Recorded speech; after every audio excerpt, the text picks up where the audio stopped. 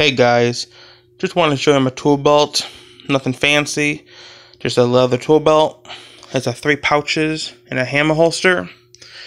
The first pouch I carry is a Stanley 30-foot tape measure,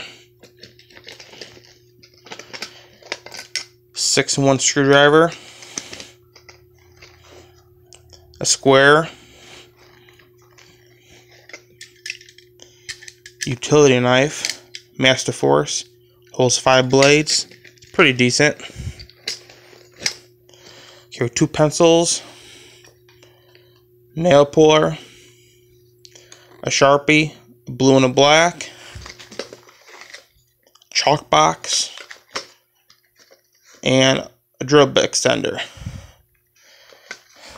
On the back I carry my Estwing roofing hammer, pretty decent. I like it a lot. Next to that I carry an extra bag for fasteners.